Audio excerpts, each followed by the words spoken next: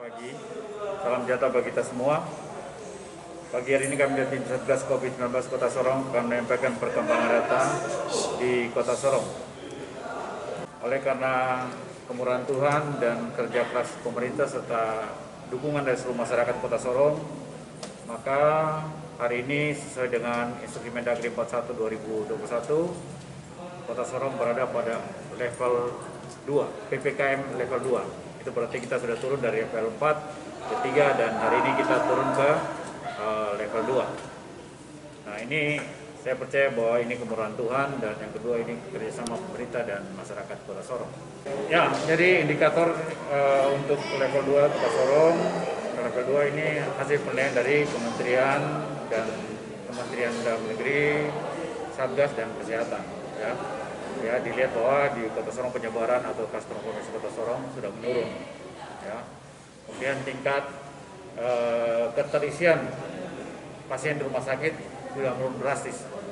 Ya, kita cuma 1,sekian%. Kemarin 3% lebih, sekarang cuma masih sekitar 1 atau 2% bornya. Ya. Kemudian kegiatan vaksinasi masih tetap digenjot. Pertama itu tingkat penyebaran kasus konfirmasi positif ini di Kota Sorong sudah mengalami penurunan yang cukup drastis. Ya. Kemudian tingkat keterisian rumah sakit itu sudah menurun jauh di bawah itu. Kemudian tingkat kematian atau CFR-nya kita masih 2%, di bawah 2%. Ya, 2%. Padahal di CFR untuk regional itu 2,3%, kita 2%, kita masih 2%. Nah, indikator-indikator seperti itu yang mendapatkan penilaian bahwa kita turun ke level 2. Kita sama dengan teman-teman yang lain seperti Maibrat, Kabupaten Sorong, itu kita sama level 2. Nah, di Papua Barat ada beberapa daerah yang tetap level 3. Ya, ada beberapa daerah, saya lupa tapi nanti bisa lihat masih tetap level 3. Kapal untuk isoter memang perawatannya tinggal sekitar 3 atau 4 orang. Dalam waktu berapa lama lagi sudah selesai. Kita 1 bulan. Jadi kurang tinggal beberapa minggu, 1-2 minggu lagi, 1 minggu lebih ya. Itu sudah selesai perjanjiannya. Jadi dengan melihat data kita di Kota Sorong, tingkat kasus konfirmasi itu sudah menurun, bor rumah sakit juga menurun. Ya. Ini menjadi indikasi bahwa mungkin akan diputuskan tidak diperpanjang isoter terapung. Ya. Tapi itu nanti tergantung keputusan pimpinan, yaitu di Kementerian Perhubungan, BNPB, dan Kementerian Kesehatan serta Wali Kota. Itu akan dibicarakan apakah ini akan diperpanjang atau tidak. Jadi begini, sebenarnya kita tidak bisa melihat efektif atau efisiennya. Kita tidak hanya melihat sudut pandang itu, ya. Tapi pemerintah daerah dalam hal Pak Wali Kota melihat adalah melakukan antisipatif, ya, antisipatif ke depan. Karena kita bulan Juli itu ada lonjakan kasus yang sangat tinggi, 345 orang satu hari, 302, 209. Nah, Pak Wali Kota berpikir bahwa ini kalau terus-menerus terjadi, ya, rumah sakit kita bisa kolaps. Nah, untuk itu ada kebijakan dari kementerian dan disambut baik oleh Pak Wali Kota isoter ini. Jadi ini langkah antisipatif, kalau terjadi itu kita sudah siap gitu. Pemerintah daerah sudah siap.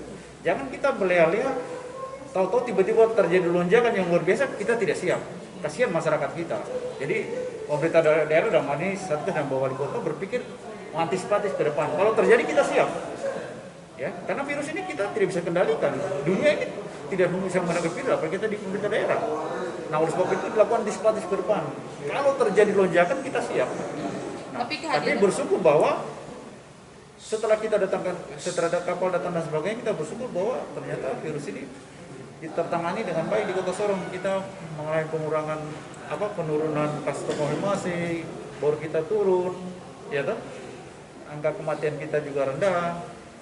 Nah, sehingga ya itu tidak terjadi lonjakan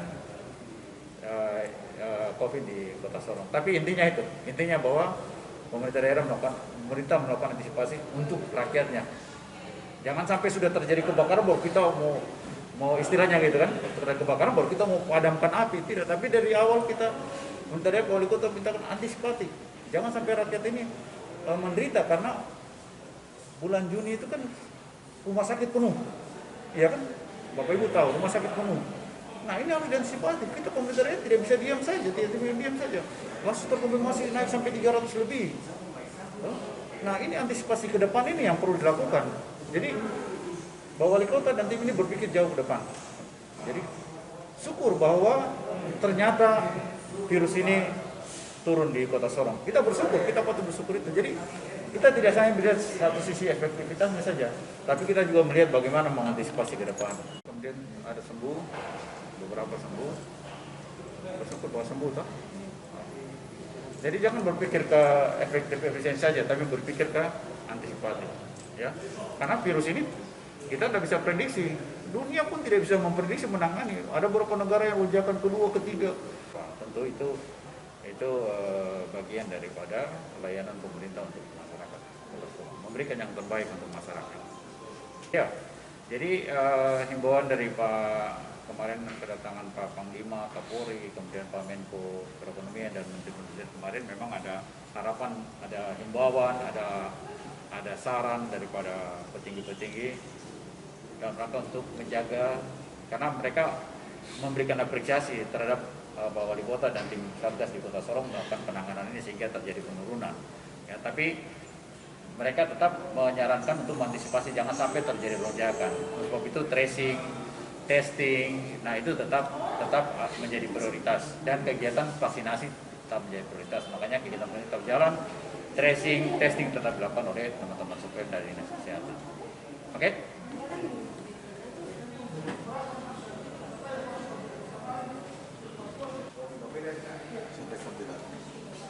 Sampai dulu.